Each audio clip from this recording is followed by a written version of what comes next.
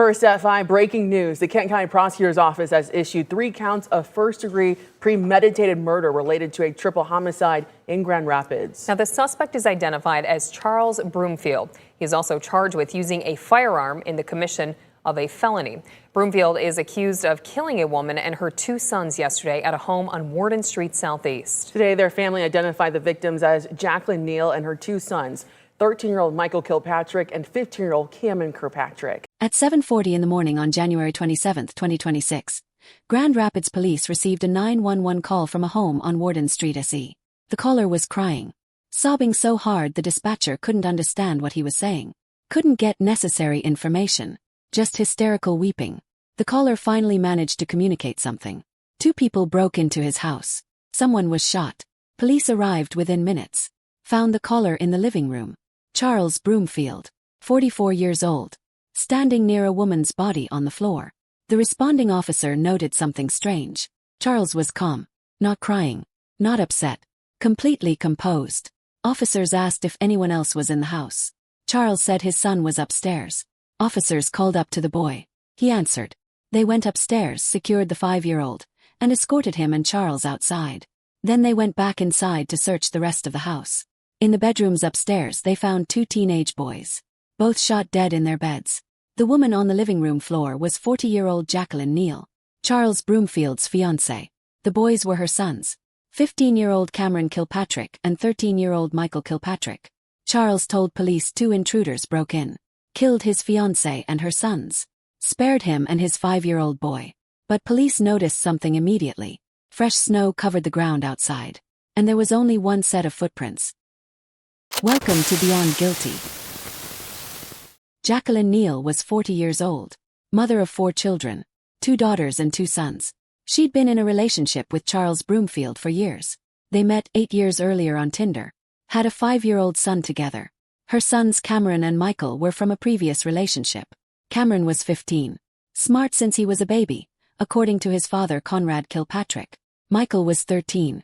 Conrad described him as a collector, the loudest and most loving little guy in the world. Both boys were students at Kanawha Hills Public Schools. Cameron in high school, Michael in middle school.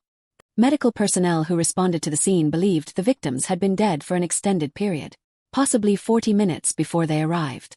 A neighbor who lived next door heard 4 gunshots, said it was maybe an hour, maybe half an hour before she saw police arriving. The timeline didn't match Charles's story. If the intruders had just left when he called 911, the bodies would have been fresh. Medical personnel said they'd been dead much longer. Police also examined the shell casings. Found one in the living room near Jacqueline's body. Found more near Cameron and Michael's bodies upstairs. Tested them. All the casings were fired from the same firearm. Only one gun was used to kill all 3 victims.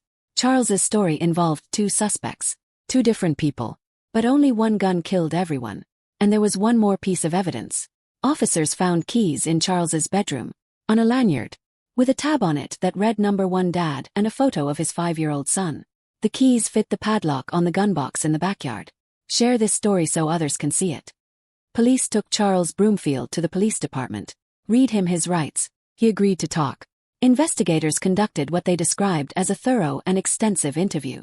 And according to court documents, Charles ultimately confessed to shooting and killing all 3 victims.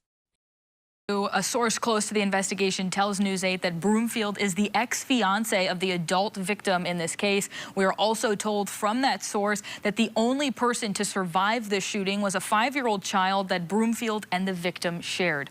Those victims have been identified by family as Jacqueline Neill and her 2 sons, Cameron and Michael Kilpatrick, who a source says were both shot in their beds. Police say that shooting happened around 7:40 yesterday morning in a home on Worden Street Southeast near Kalamazoo Avenue.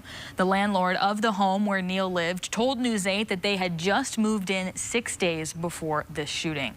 He later gave an interview to a local news station from jail, spoke for about 45 minutes via video chat, described what happened that morning. He said Jacqueline was one of the best things that ever happened to him, but they had differences in raising children, other differences that started getting between them. The morning of January 27th, after she texted him to leave, they argued. Something inside me just saw red, he said. Snap. Blacked out, couldn't think of nothing. He acknowledged getting his gun and killing Jacqueline and the boys. I just lost it, couldn't think, Didn't think about anything until after all of it happened and I was just straight crying. Police said Cameron and Michael were shot in their beds. Charles said a monster who doesn't give a damn, has no remorse, will not cry. I was crying, he said. When asked about the home invasion story he told police, Charles said that came to him after the fact, after he snapped back to reality. Then Charles made another claim. He said it wasn't him who pulled the trigger. It was one of his alternate personalities. A personality he calls Charles. While Charles is his legal name, he said friends call him Charlie. On Facebook he goes by Charlie Brown. He claimed multiple personalities. I am battling demons, he said. All had something going on. Chaz is just chillin'. And I know I'm not a bad guy. Kent County Prosecutor Chris Becker said Charles has talked about multiple personalities while in jail. But the prosecutor said he doesn't buy it. When asked if he was trying to set up an insanity defense, Charles responded that he had no criminal record. Never hurt anybody a day in his life. But he said he belongs in a psychiatric hospital, not a prison. He apologized to the victim's family. Basically none of this was supposed to happen. Period. And I'm sorry to all of them. On January 29, 2026, Charles Broomfield appeared in court via video link-up to be arraigned on 3 counts of first-degree premeditated murder and 3 counts of felony firearm. He listened stoically as the charges were read. When the magistrate asked if he understood the charge of murdering Jacqueline Neill, he said no. His attorney explained the charge. He replied, "Yes, ma'am." When asked about the weapons charges and his rights, his responses were vague. "Yes, I guess. A little bit here and there. None that I can think of at the moment."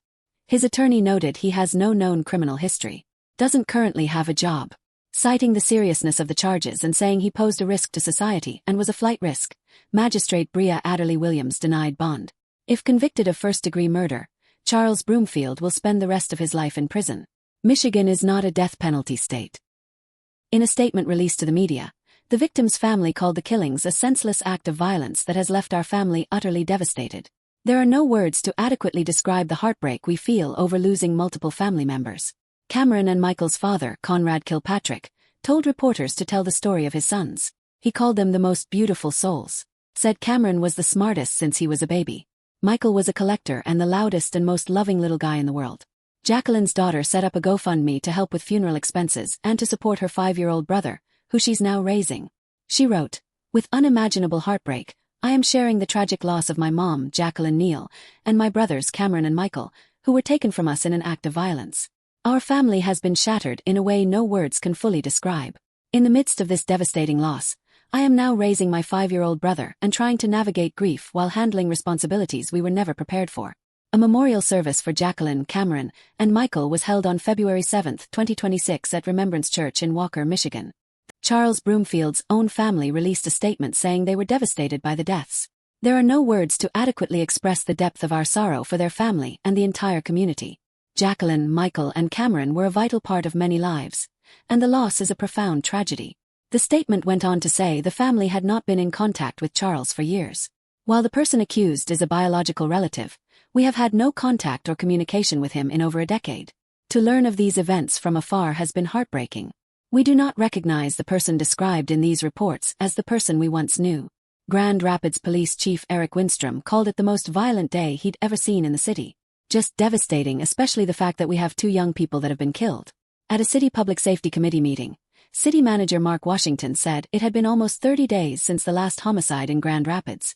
"None of us expected to wake up to what we woke up to this morning, on a day that school was out and 2 of the 3 victims were youth." Charles Broomfield sits in Kent County Jail awaiting trial. 44 years old. No criminal record. Claims multiple personalities. Belongs in a psychiatric hospital, he says. But the evidence tells a different story. 1 set of footprints. 1 gun. Keys to the gun box on a lanyard around his neck that read number 1 dad. Victims dead for at least 40 minutes before he called 911. Confession. And a 5-year-old boy who lost his mother, his brothers, and his father all in one morning. Now being raised by his older sister. Living with trauma he'll carry forever. The family had moved into that house just 6 days before, and Charles Broomfield destroyed everything. Charles Broomfield will spend the rest of his life in prison. But no sentence brings Jacqueline, Cameron, and Michael back. This is beyond guilty.